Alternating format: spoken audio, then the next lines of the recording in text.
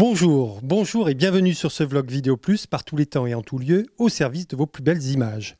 Zoom F8, c'était le thème d'un précédent post vidéo et il me semblait intéressant de faire venir un spécialiste et je remercie Eric Boiteau d'être venu témoigner de l'utilisation de cet appareil puisque Eric l'a utilisé pendant une semaine et il va nous faire un petit compte rendu de cette utilisation de ce produit sur le terrain. Merci Eric. Bonjour, donc en fait voilà, je l'ai utilisé pendant 2 jours sur un tournage. Donc c'était un truc assez simple, hein, c'était une perche, 2 HF, voilà. Donc moi j'utilise comme un vrai multipiste, c'est-à-dire j'entre en niveau ligne partout, je rentre mes 4 entrées micro en préfader sur les 4 dernières pistes du F8, j'entre mon mix sur les 2 premières et j'envoie ce mix sur les pistes mix L, mix R que j'enregistre sur la carte SD1. Sur la carte SD2, j'enregistre mes entrées en préfader. Voilà, donc a priori, moi j'ai eu aucun souci, ça marche super bien, c'est super, très rapidement on se sent confiance avec la machine. Le TC, ça marche super bien, a priori aussi.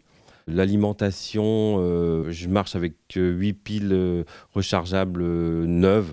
Donc ça aussi, ça tient quasiment de la journée, quoi, en fait. Au niveau du son, en fait, je me sers surtout de ma mixette comme pour les entrées micro. Donc je connais le son de ma mixette. Et j'envoie tout en ligne dans le F8. Donc il n'y a pas de... Enfin voilà, quoi, ça se passe bien, c'est assez transparent.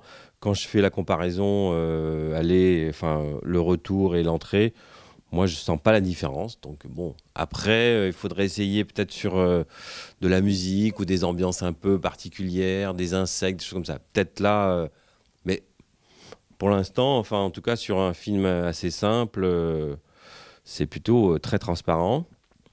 J'ai aussi un petit peu essayé les entrées micro avec un stéréo. Franchement, j'ai pas vu de bruit de fond, j'ai pas entendu de bruit de fond. Donc, les entrées micro sont également très bonnes, je pense. Qu'est-ce qu'on peut dire de plus? Le limiteur, il faut pas s'en servir. Je pense que ça, c'est post-conversion, donc c'est vraiment pas une bonne idée. A priori, vous n'en avez pas besoin, il faut faire un peu attention. Le mixage interne, je m'en sers pas vraiment. Je mixe sur ma mixette et j'envoie le mix. Donc les boutons sont trop petits, donc c'est difficile de mettre ses gros doigts là-dessus, quoi. Ça me paraît bien compliqué.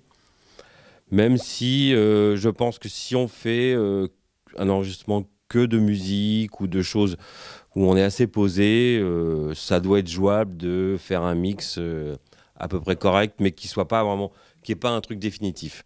Là, l'idée pour moi, c'est que c'est des 2 petits films Indus, donc il fallait que ça soit vite fait, bien fait, que le mix soit correct. Donc j'avais intérêt à ce que ça soit bon tout de suite. Donc ça, je le fais comme je fais n'importe quoi. Voilà. Que dire de plus? C'est tout, quoi. A priori, c'est une bonne machine. Franchement, pour le prix, à mon avis, c'est un peu imbattable, quoi.